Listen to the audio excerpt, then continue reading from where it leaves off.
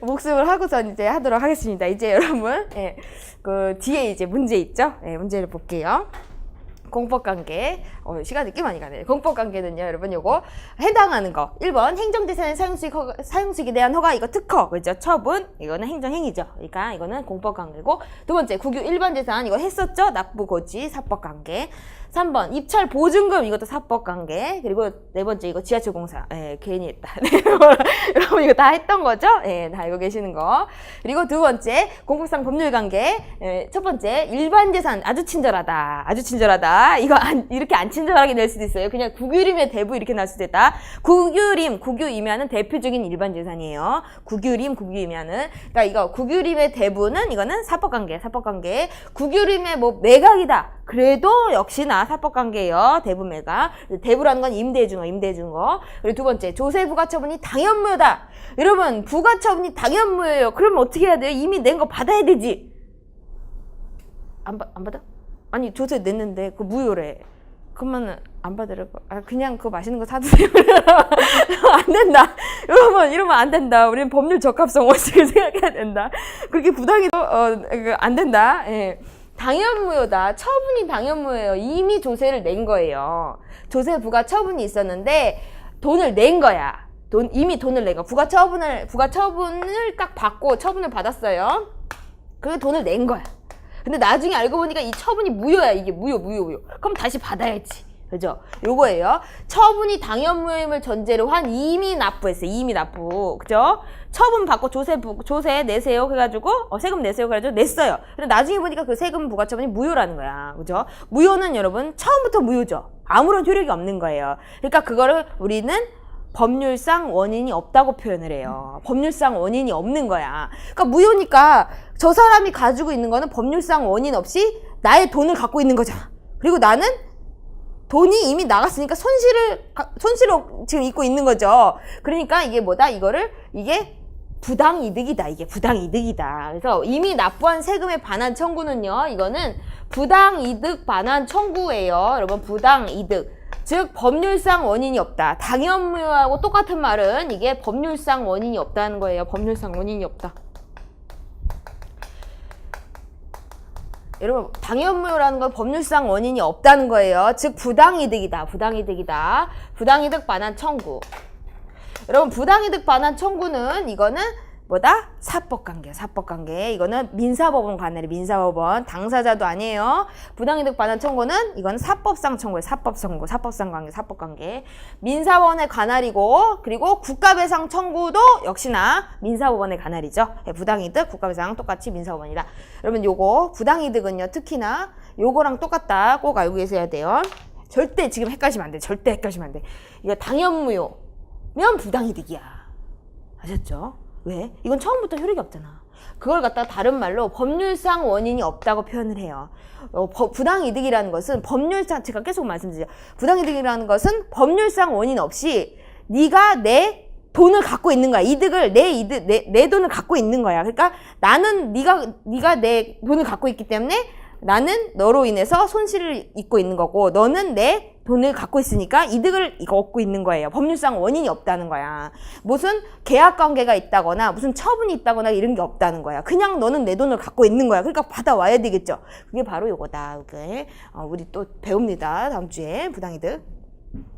그리고 여러분, 그리고 잠깐만, 제가 갑자기 뒤에 또 자꾸만 뭔가 수업 시간 같다? 여러분, 만약에 조세 부과 처분이요, 당연무효가 아니고 취소 사유예요. 취소 사유면 취소 전엔 유효죠. 취소 후에는 어떻게 돼요? 소급해서 이 조세 부과 처분이 무효가 되는 거예요. 아셨죠? 취소가 되면은 무효다. 그러면은 만약에 조세 부과 처분이 취소돼서 이미 납부한 세금에 반환 청구를 한다. 그러면 그 반환 청구가 뭐예요? 이거 부당이득 반환 청구예요?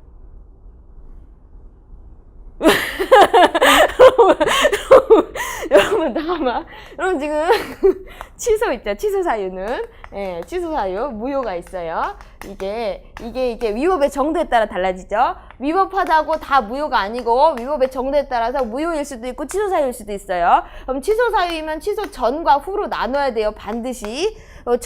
취소 전에는 뭐다? 취소 사유가 있어요. 취소 전에는 뭐다? 이 처분은 그대로 유효지. 취소 전에는. 근데 취소 후에는 어떻게 된다? 소급해서 무효가 되는 거예요. 소급해서 무효. 소급 무효.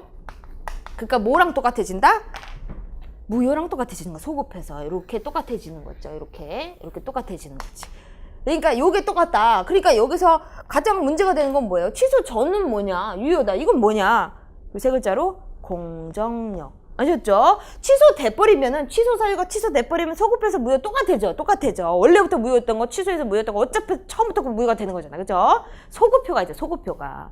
취소가 되면. 그러니까 취소되고 조세부가처분이 취소가 되면 취소 전이 아니고 취소가 된 거야. 취소 후에 이미 납부한 세금에 반환 청구도 역시 당연무효랑 똑같은 거예요. 아셨죠? 당연무효랑 똑같죠? 예, 그러니까 이것도 부당이득 반환 청구예요. 취소가 된 경우, 취소의 효력은요, 소급표가 있어요. 취소라는 것은. 아셨죠? 소급표가 있다. 그리고 여러분 3번은 했습니다. 항공마사회는 행정청이 아니다. 사법관계. 그리고 네 번째, 여러분 여기 노란 글씨 협의취득.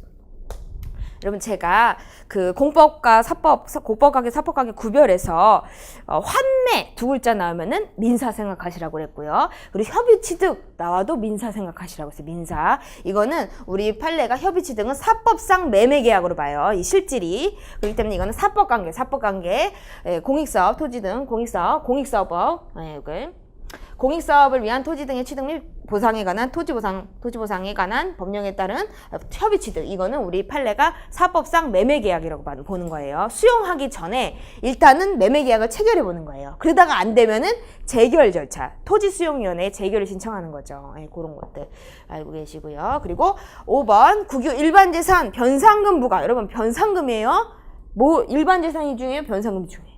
변상금이 중요한 거예요. 변상금. 예. 이거는 변상금 안 내면 뭐 어떤 절차 들어가죠? 징수 절차 들어가는 거예요. 이거 우월한 공권력 행사다. 무단점유자에 대한 변상금 부과 알고 계시고요. 그리고 3번 이거는 여러분 했어요. 너무 크다. 글씨 진짜 너무 크죠, 글씨.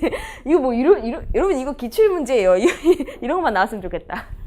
예. 뭐다 여러분 이렇게 길다. 본질상 나왔다. 위임이 안 된다. 입법자가 정해야 된다. 이거는 의회 유보죠. 의회 유보. 법 여러 가지 다 있는데 의회 유보 원칙이다. 의회 유보.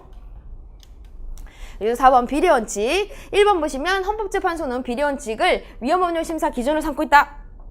맞죠? 위헌법률 심사. 여러분 위헌 이게 비례 원칙이 헌법적 효력을 갖기도 한다 그랬죠. 과잉금지 원칙이라고. 과잉금지 원칙은 뭐다? 이게 법률이 위헌인지 헌법에 위반되는지 여기 판단 기준이 돼요. 이것도 위헌 법률 심사 기준이 됩니다. 아셨죠? 모든 전 영역에 적용이 된다. 그리고 두 번째, 행정 지도를 함에 있어서 명문의 규정은 없지만 비례 원칙이 적용된다.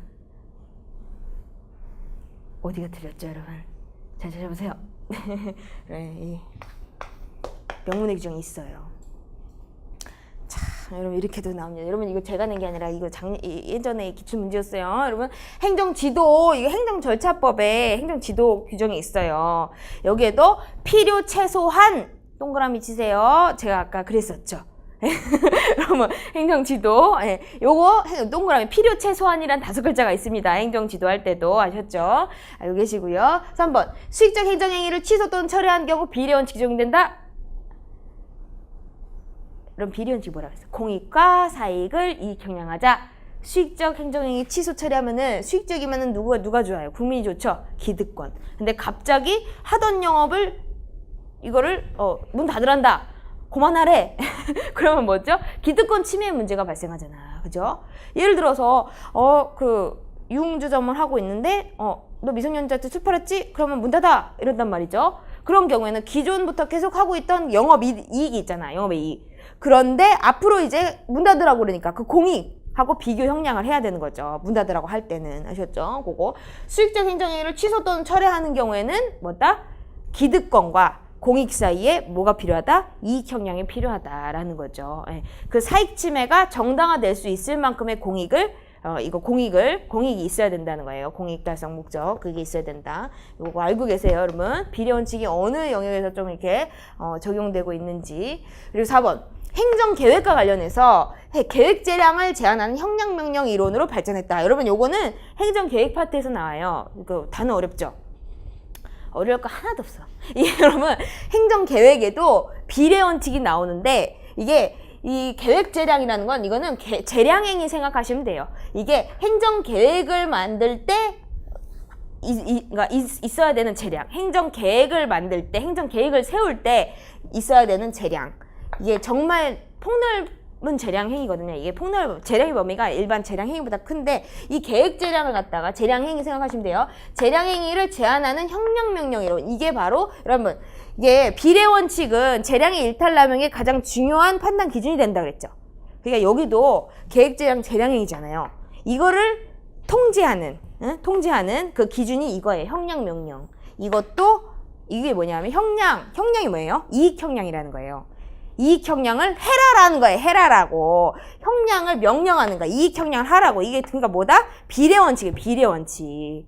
공익과 사익을 이익형량을 해야 된다는 거예요. 공익과 공익, 사익과 사익, 공익과 사익을 이익형량을 하라라는 거예요. 하라. 형량, 이익형량. 그러니까 형량이라는 말이 비례원칙이에요. 아셨죠? 이익형량. 아셨죠? 네, 요거 알고 계시고요. 그리고 실내보호. 아, 테스트 못하겠네. 1시간 한다고 큰일 났네. 왜 이렇게 빨리 가죠? 여러분. 네, 그럴 수도 있습니다. 여러분. 큰일 났습니다. 뭔가, 예. 제가 쉬는 시간 해드릴게요. 아니에요. 하면 됩니다. 네. 실내보호 원칙. 첫 번째, 헌법재판소와 대법원은 이론적 근거, 사회국가 원리. 여러분, 실내보호 원칙이 사회국가 원리예요. 사회국가 아니죠. 뭐다? 법치국가 원리에 근거하고 있다. 즉 법치국가 원리 중에서도 법적 안정성이 실내보호 원칙의 근거예요. 이론적 근거. 신의칙설도 있는데 법적 안정성에 이게 실내보호 원칙의 근거가 있다. 법적 안정성, 생활관계 안정, 그죠? 사익, 기득권, 그죠? 그거. 그리고 두 번째, 제3자의 정당한 이익까지 희생시키면서 실내보호 원칙이 관철되어야 한다. 여러분 너무 무섭다. 예, 그러면 안 된다. 제3자 또는 공익을 해하면 안 된다는 소극적 요건이 있었죠. 소극적 요건. 네. 그리고 3번, 실내보호 원칙의 요건은 행정청에, 여러분 여기 어디가 틀렸는지 보세요. 행정청에 적법한 선행조치, 보고가 짓는 사인의 신뢰에 기한 사인의 처리, 인과관계, 후행처분이다.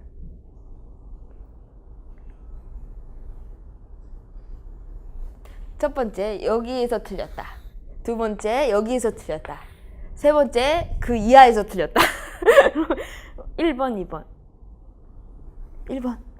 1번 어디예요? 행정청. 되게 잘하신다. 이게 틀렸어. 네. 적법할 필요가 없어요. 선행조치는 적법이든, 위법이든, 소극이든, 적극이든, 부작이든, 작위든, 명시든, 묵시든, 모든 행위를 다 포함해요. 선행조치는. 그런데 못 빼고, 무효인 행위 빼고. 선행조치가 무효이면 안 되는데 그 외에는 다 포함된다라는 거. 이거 빼야 됩니다.